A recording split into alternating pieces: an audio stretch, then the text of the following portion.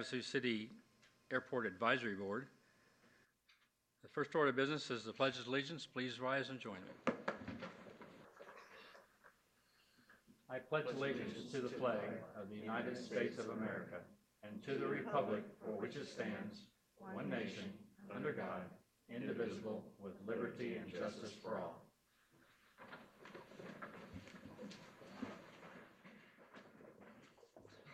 Crystal, would you conduct a roll call, please? Mr. Shannon Stebbins? Here. Mr. Lewis Worthy? Here. Mr. Dave McNary? Here. Mr. Robbie Willis? Here. Mr. Brian Schultz? Here. Mr. Mark Zeef? Here. Ms. Shannon Hicks? Here. Mr. Ed Weber? Here. Mr. Cal Sheehy? Here. And Mr. Mark Clark? Thank you, Crystal. We have a quorum present. Item 4 on the agenda is a call to the public. I'm going to read this paragraph in accordance with Arizona open meeting law. We will now have an open call to the public for citizens wishing to address the board on issues within the jurisdiction of the board.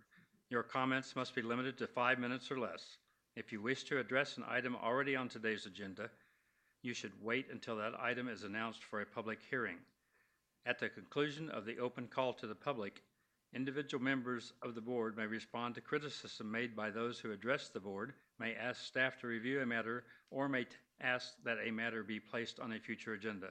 However, board members cannot discuss or take legal action on matters not already on the agenda. Do we have anyone present in the audience that would like to address the board? Seeing none, item 5 is approval of the November 14th, 2018 meeting minutes. You were emailed those. Does anyone have any corrections? I entertain a motion to approve the minutes. Motion to approve the minutes. Do I have a second?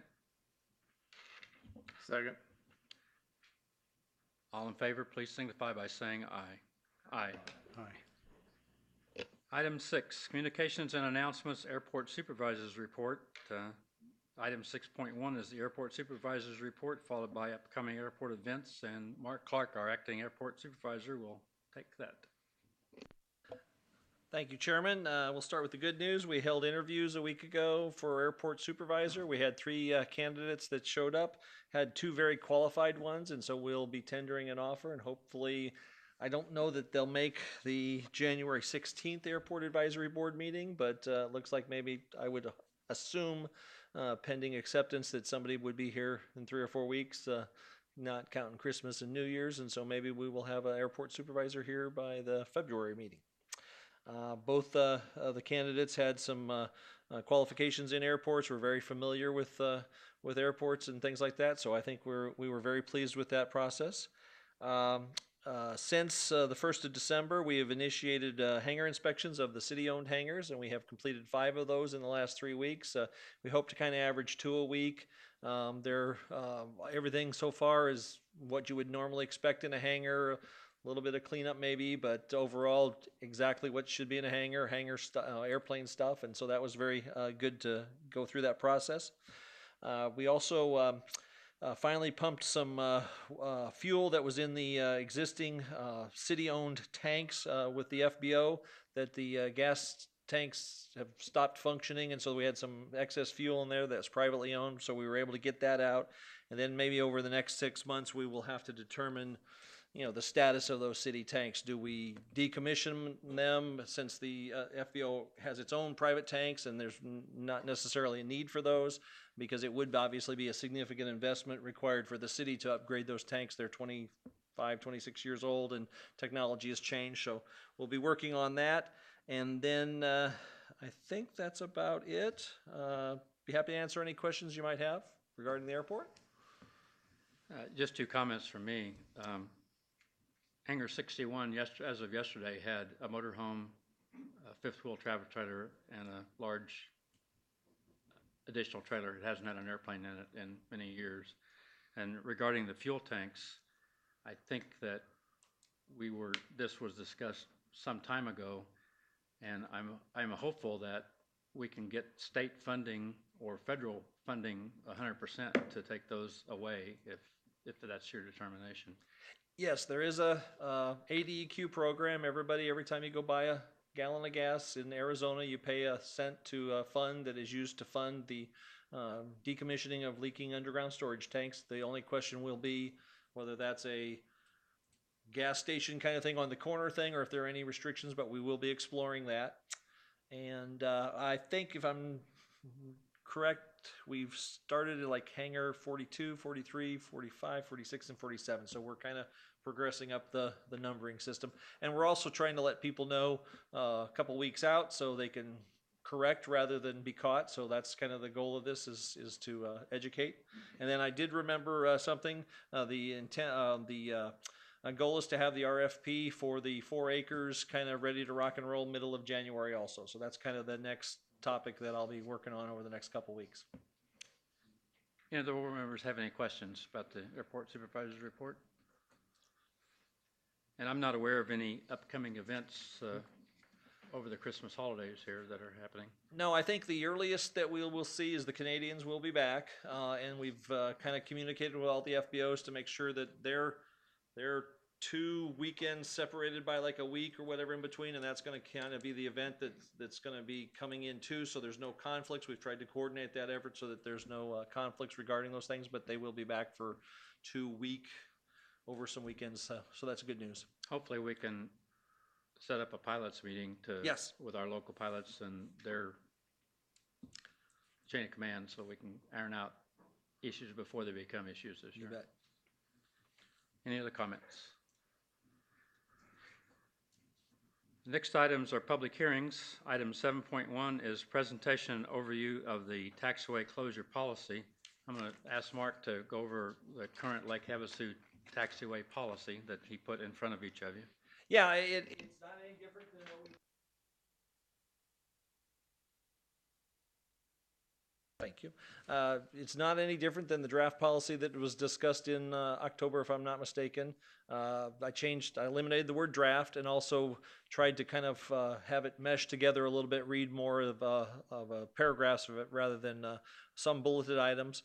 The important part is the city code basically just says, taxiways will not be closed. And then this is just kind of a recognition of there are circumstances where taxiways will be closed, if you have to do repairs and construction and things like that, just like you would do a road. So I'd be happy to answer any questions regarding the specific policy, but we're comfortable that addresses the issues we need to address. Comments? Questions?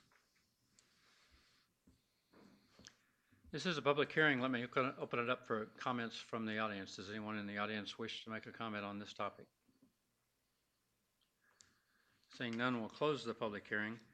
In addition to what Mr. Clark said, the airport operating regulations are also Lake Havasu City Ordinance. There are 3 separate ordinances that support the policy that he just discussed. 1108.400, aircraft shall be parked in designated areas administered by the city and in areas rented to commercial operators. Aircraft owners and operators may also park in privately owned hangars erected or on land leased by the owner from the city. The next one down on the list is 1108.410, parking areas not under lease, which prohibits any individual from parking an airplane that's on a place that he doesn't have an agreement with the city to be parked there. And 1108.420, parking in taxiway areas are prohibited, and this one addresses it head on. Taxiway areas shall be maintained open to taxiing aircraft at all times, and no aircraft shall be parked in such taxiway areas or left unattended in such a manner as to interfere with the free flow of traffic.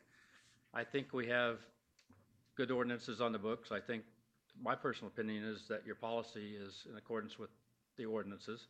We also have within these ordinances the authority for the airport manager to close any portion of the airport, including the runway, anytime that he sees a safety issue or for any other maintenance issues. So I think we have covered this from head to toe, and I'm comfortable myself that everyone on the airport understands that we can't park airplanes on taxiways. And I'd certainly entertain any other comments.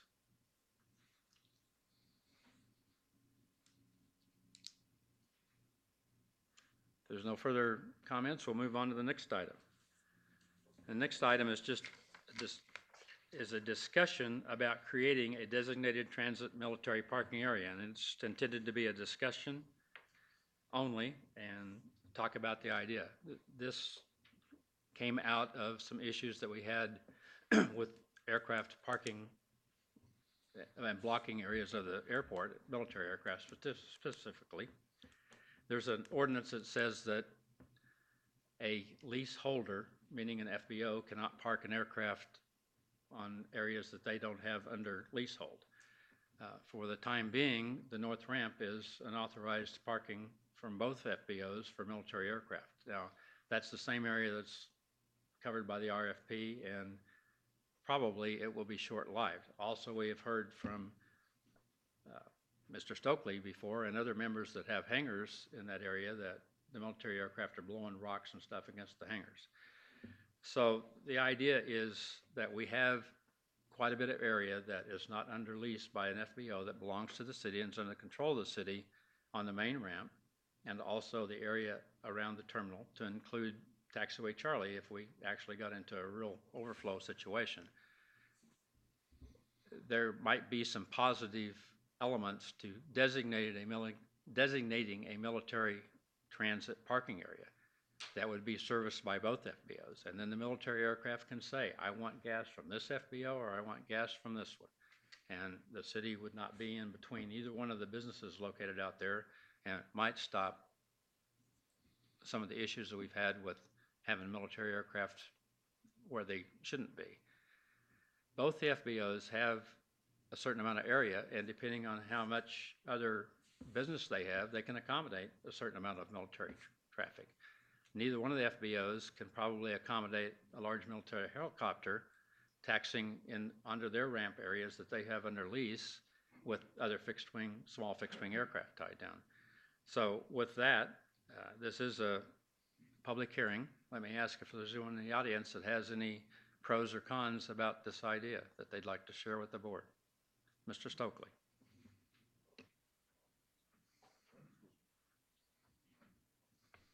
Good evening, Tom Stokely. I rent Hangar 74. The area to the east of our hangars has been used pretty regular for refueling, which is fine. But what happens is they got a taxi right next to our hangars, which especially the big twin rotor helicopters tend to throw a bunch of rocks and stuff. So if we're going to leave that way, I'm all for it. But we need to really move the lights that are between Alpha and that area.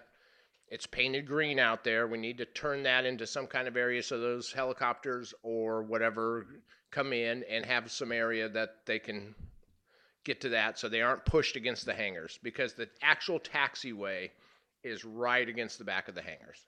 That's the only thing I really see as a problem with it. I think it's kind of fun to have them over there. So anyway, thank you. Any comments from any other board members? Oh, Ed? Could you stand up to the microphone, please? Makes Crystal's job easier. Ed Weber. Since the airport terminal area is not used anymore and not a restricted area, there are many reasons for using that for military. Is that there are restrooms at the terminal building. There's also the restaurant. The only area I can see that would be a problem might be the fire department there, getting blowing rocks around there, which really is not a problem, I don't see. So I think that that's an area that we should look at primarily. As you say, that it would be easily available for both the North FBO and the Southern FBO for their fuel trucks. They would not have to go on any of the taxiways or the transit parking area to get to that parking area for the military. Yes, sir. Couple of staff comments. Just, I think, we're in the start of a master plan, so I think this will be a topic as a part of that. B, we were recently contacted by an outside business interest that's shown some interest in some additional RFPs in the future for additional space. and they noticed quite quickly that there's nothing occupying right near the terminal in some of those areas, and as well as taxiway Charlie. So I think what's going to maybe start happening over the next 6 months or so is, in addition to that master plan process coming up with some of these ideas of land use, I think we'll also be looking at just how, and they will be looking at number of shade ports, number of tie downs, what's the right mix for that, and then maybe they'll identify things that we haven't even thought about, because maybe the business has changed and now this organization's got several large corporate jets, and so it's kind of, I think we're at a nexus of things moving forward. We're out of the stagnation before, and I think with the master plan you will see a whole exploration of options related to all these items. So I would suggest that it's not necessarily something that's going to need solution soon. And on the other hand, I also will suggest that the RFP process for that area of 4 acres won't be something that's instantaneous either. So we probably have some time to explore all of these options, and we may end up having a transition of space and then different space as we move through this process. But I'm excited by it because, again, airport supervisor may be coming on board, airport master plan, people are interested in flying to our airport and doing things. I think those are all good news.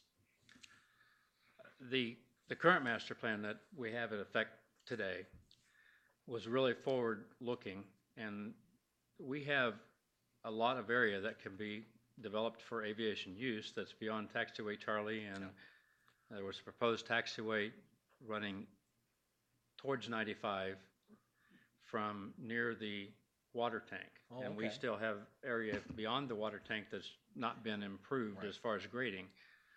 That master plan, in my view, is really significantly well done, and that it shows a room for lots and lots of hangars.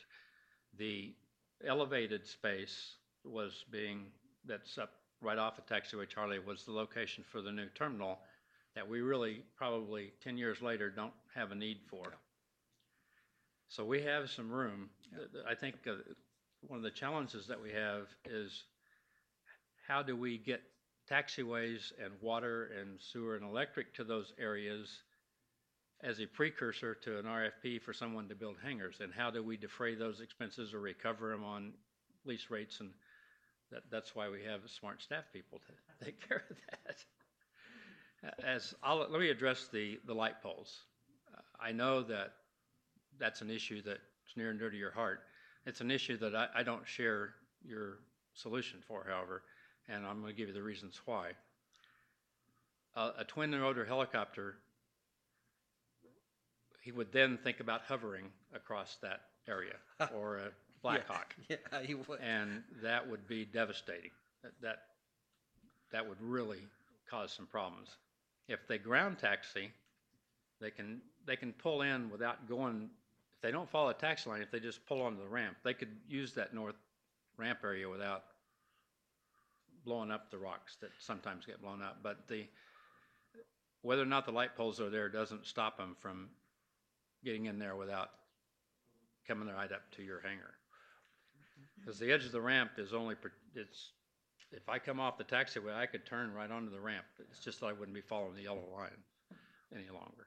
Yeah, one of my goals will be that that area Steve had identified, the soil cements reached its Right. expiration date and it's starting to crumble and all of those things. One of the things I think will be a positive coming out of the taxiway design and then the taxiway projects, which are fairly close to the process, is that creates a huge resource of milled material in most cases, and that milled material can be utilized places to make non-runway stuff, but to support so you don't have that FOD. So that might be an excellent way to fill in that area and create a solution to that.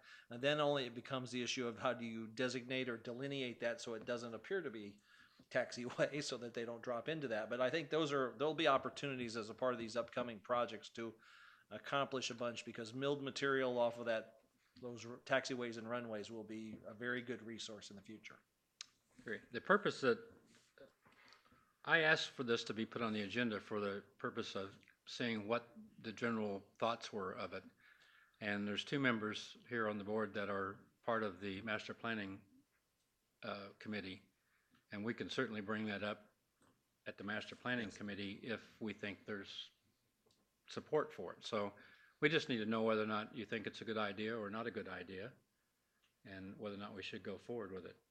This is an interesting time, and it's a great time to have a fresh set of eyes as an airport supervisor, because there's lots of challenges, but the opportunities far outweigh the challenges at the airport. We have a discussion. Let me just poll you. What are your general thoughts on having a designated parking area versus just let them go wherever they want? I think that's a great idea, and I think some thought should be given to the civilian helicopter traffic that increases, especially during the summertime. So we see a lot of that, and it's not really well set up for that. No markings, no helipad landing areas. So I think in addition to the military, also consider the civilian helicopter traffic we get there. Chair. I would like to be able to look at some maps or more diagrams or pictures. I feel blind to the conversation almost because we have nothing in front of us to look at what we're talking about. And that might be confusing for some of the audience members too. I'm not sure. I think most of the members of the audience are probably airport patrons, and they're more familiar with it than you are, so I think they know what we're talking about. I have a map in here that I'd be glad to hand down to you, but we can certainly provide you some of those as well. It's better to get a better opinion, you know.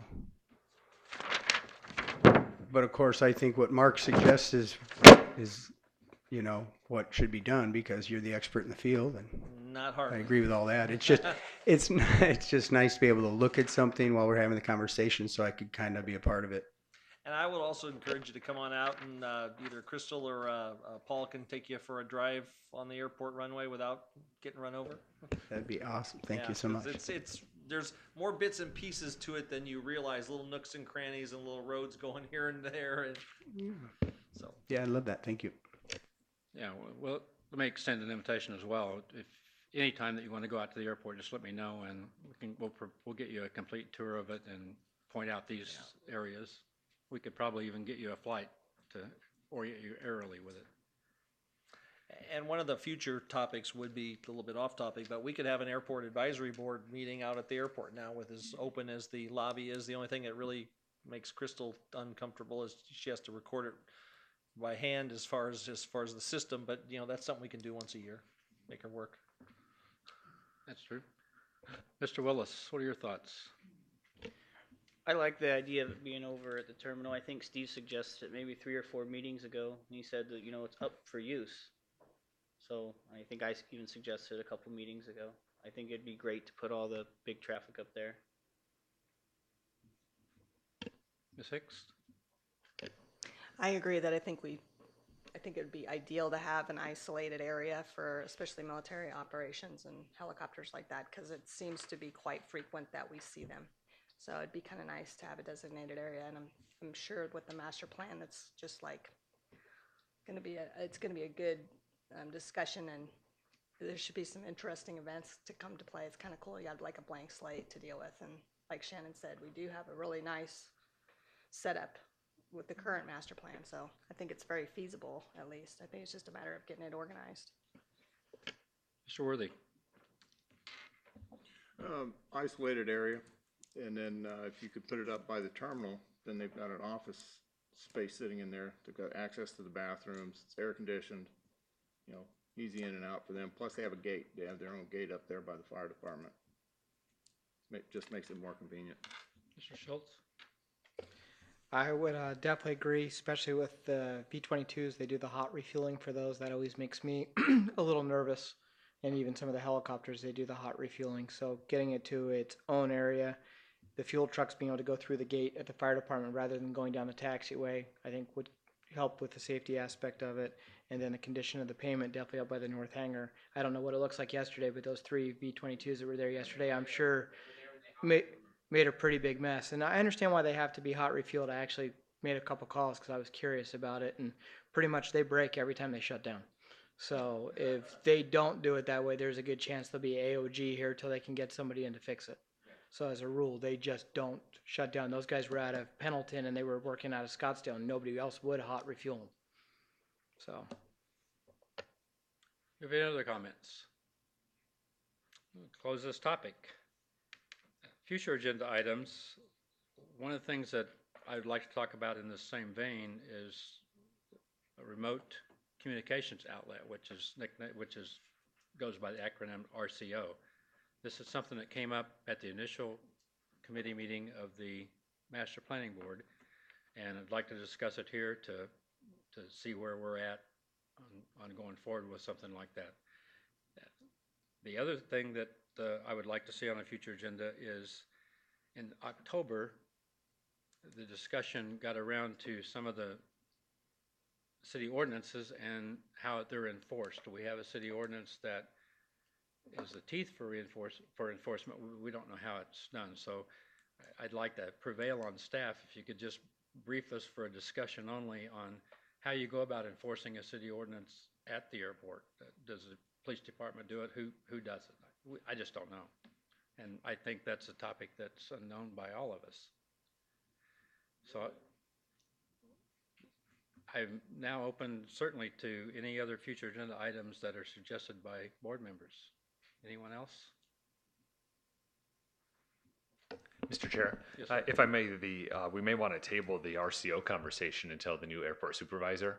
Not that Mark's not qualified, but if it's going to be an ongoing thing, and then next month have just the general overview of how that happens. So stay very general for the next month or so, so that we don't have to repeat the initiative We can when certainly the new do that. person's here. And then I was gonna try and maybe as we see what's happening with that person coming on board, we may choose to just delay the airport advisory board meeting in January a week if that would mean that that person would be here. So I'll get in contact with you as we're getting close to next month's agenda, and if you decide that's worth doing, I think we're flexible on that. I don't have any issues at all with that. Was there anything else? Future meeting is scheduled for Wednesday, January 16th, and we'll stay flexible pending an appointment or a hire. Let me take an opportunity to wish everybody a Merry Christmas and a happy and joyous, prosperous New Year. I would entertain a motion to adjourn. motion to adjourn? Do we have a second? Second. Without objection, we are adjourned.